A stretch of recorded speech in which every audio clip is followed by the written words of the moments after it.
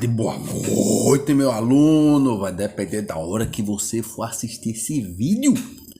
E agora vamos falar de um assunto que me seduz pra caramba, que chama-se logística hospitalar. Ui, meu amigo. Pensa uma coisinha complexa pra caramba. A gente nunca imagina realmente. A gente só tem aquela visão do hospital, aquele monstro que interna as pessoas, mas a gente nunca pensa o que é que acontece lá dentro para que o benefício da cura ele seja atingido. É muito complexo, principalmente porque você, quando fala na área hospitalar, você não vai encontrar menos que 50, menos que 60 mil itens ativos dentro do hospital, desde a parte de manutenção até a parte de material penso, material descartável, boa parte de materiais cirúrgicos, reagentes que vão ser utilizados no centro diagnóstico. Então, bom, vamos pensar inicialmente que a logística hospitalar, ela inicia na hora que você chega na recepção. Vamos lá. Você, obviamente, já deve ter ido para o hospital e segue-se um fluxo. O cara chega lá, se for um plano... Vamos trabalhar mais a questão do hospital privado, inicialmente. O cara chega com a carteirinha do plano de saúde, se dirige até a recepção, entrega ali para ela a carteira do seu convênio, juntamente com a sua identidade. Dependendo do plano de saúde, o cara tem que botar o dedinho para comprovar que é você, a questão da digital. E aí, alguns planos não estão fazendo mais isso, né?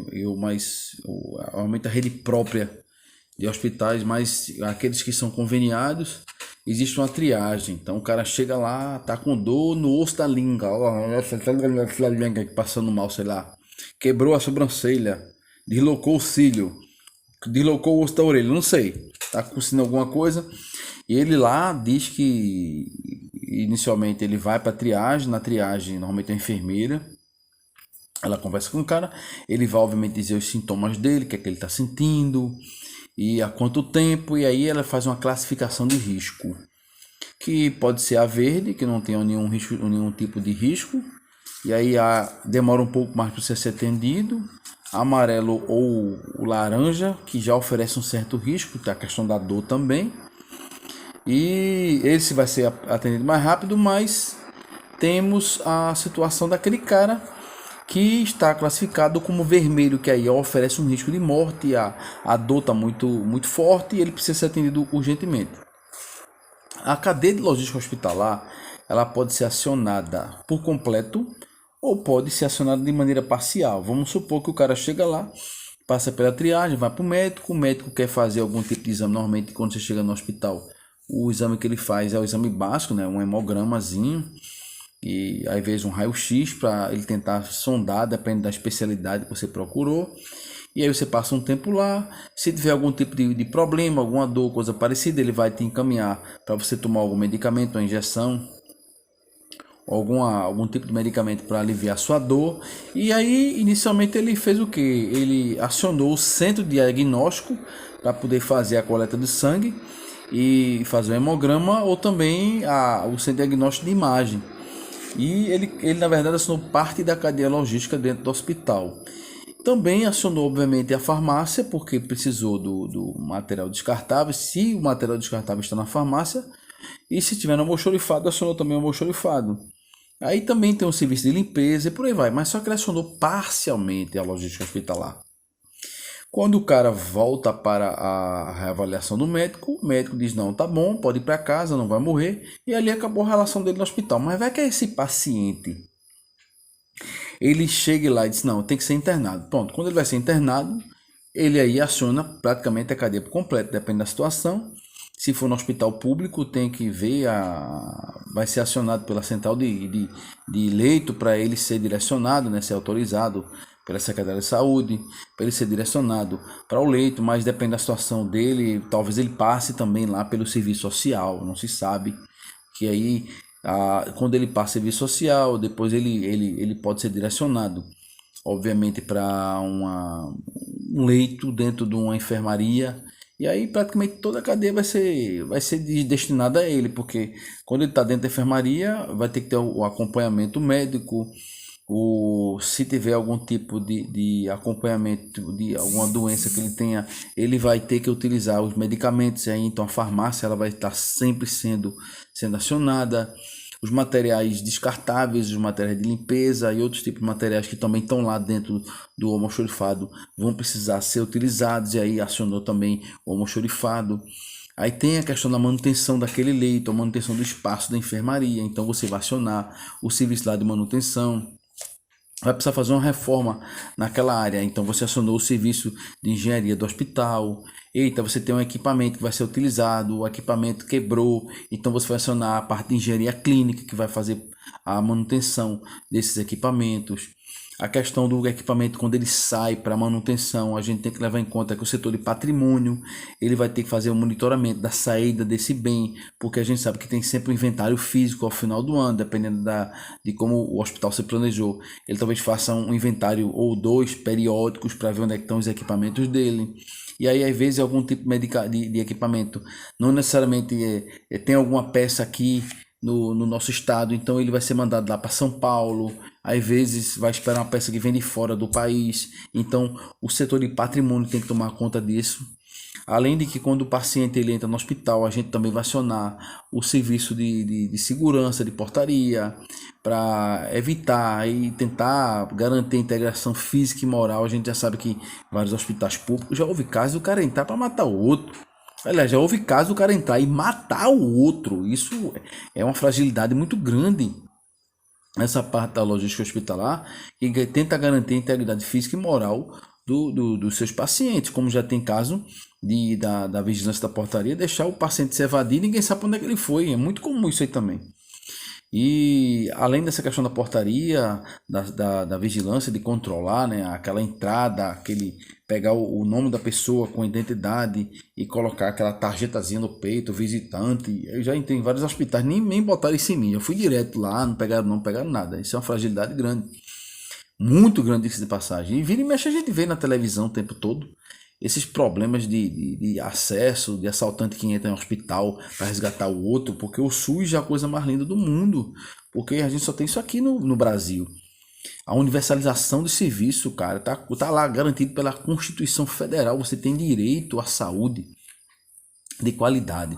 Às vezes a gente sabe que a gente tem as dificuldades de ser atendido porque a demanda é muito grande, e agora nesse período de muita gente desempregada, as pessoas não têm mais condição financeira de pagar, de custear um plano de saúde, e consequentemente migram para o SUS, que nunca se nega a atender ninguém. Às vezes você sabe que tem cara que tem condição de pagar um plano de saúde, mas o plano é novo, não cobre todos os procedimentos, então ele vai para o SUS, porque o SUS não vai se negar a atender a coisa mais linda do mundo. Não tem nem o que dizer do SUS, é lindo, lindo demais.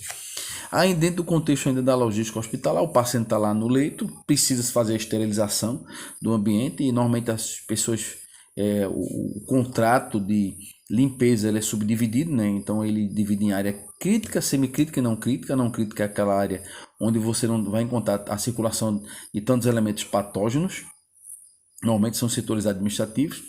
A semicrítica, que tem obviamente a circulação, o risco de contaminação, e a crítica, que não tem o que fazer, que aí o tipo de limpeza do ambiente ele tem que ser mais pesado, né, para evitar que haja proliferação de bactérias e essas coisas.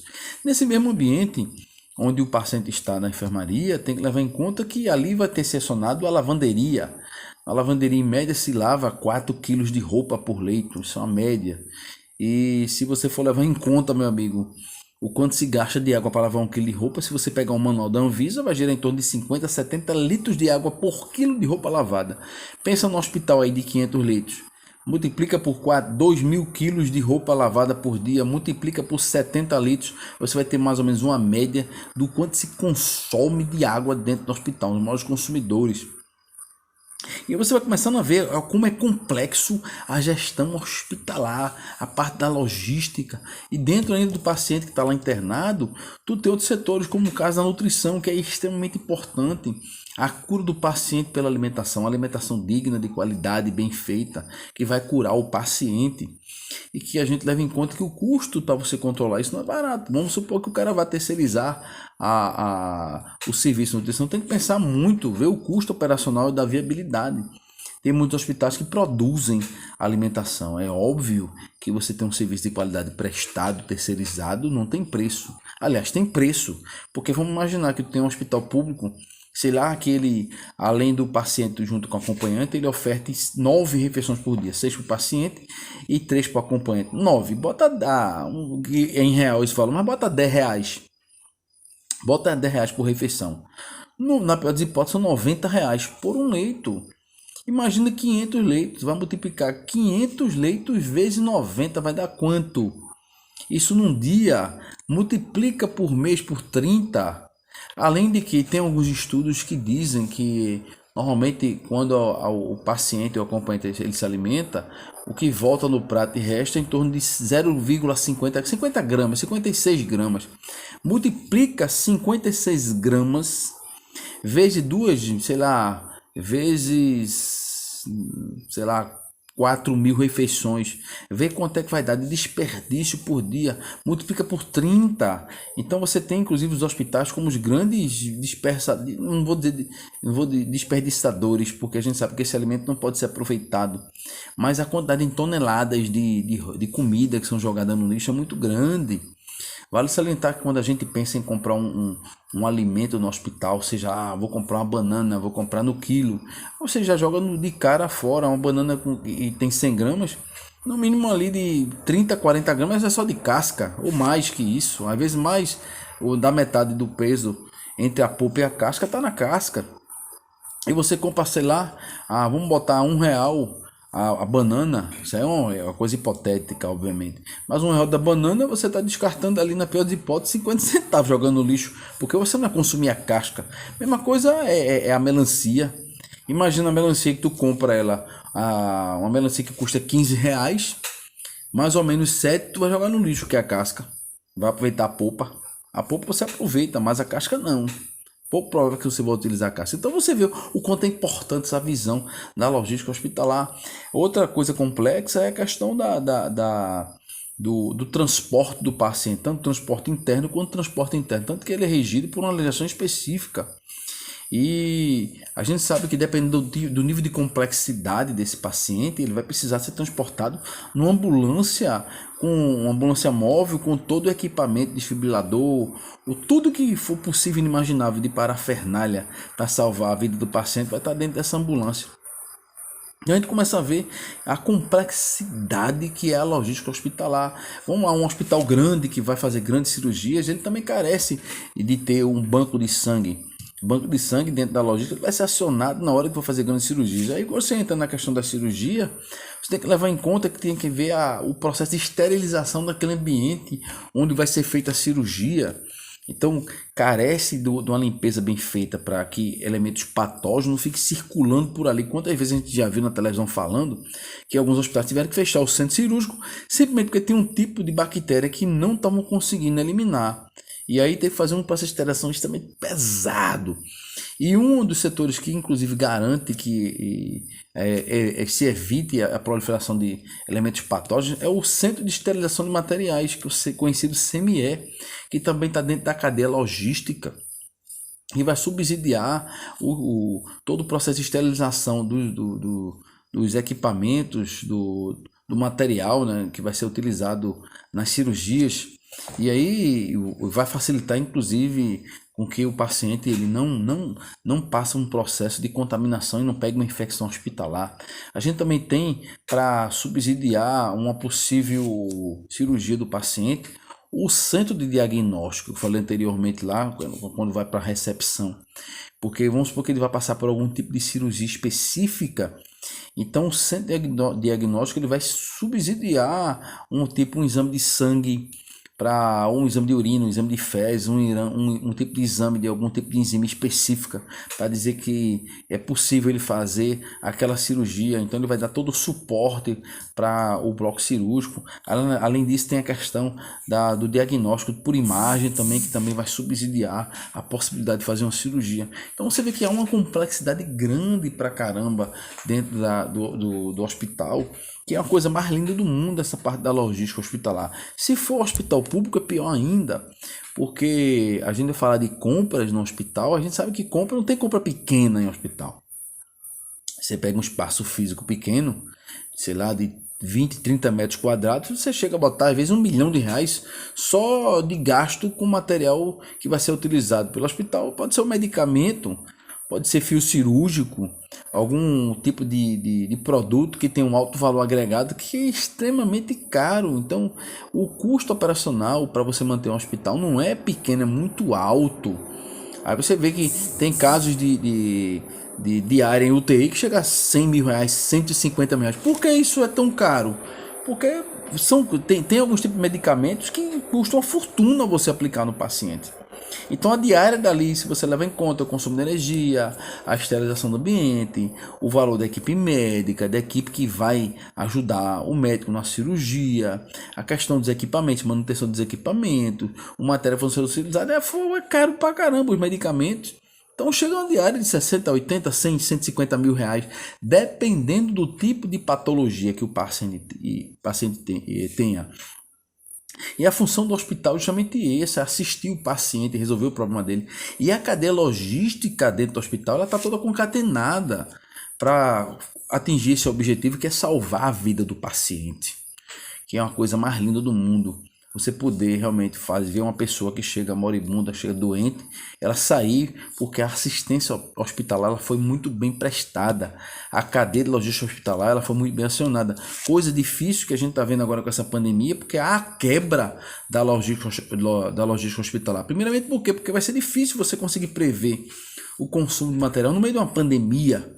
Então, várias vidas serão ceifadas, porque às vezes a logística hospitalar não vai conseguir atender a contento a quantidade de gente que vai chegar num período desse pandêmico, e aí, infelizmente, vai comprometer e várias vidas serão ceifadas da pior maneira possível, que aí é uma coisa extremamente trágica, dolorosa para nós que estamos assistindo, principalmente para a equipe médica que sofre o trauma maior, porque às vezes não consegue salvar a vida de um paciente, que você vê que ele passa inicialmente a impressão de que está bem de saúde, mas infelizmente por conta de algum tipo de comorbidade, a vida dele se extingue naquele momento.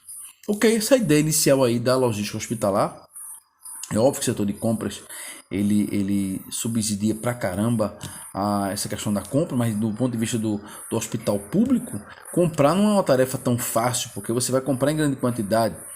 E compras fracionadas não são permitidas do ponto de vista do Tribunal de Contas, do município, do estado e da União principalmente.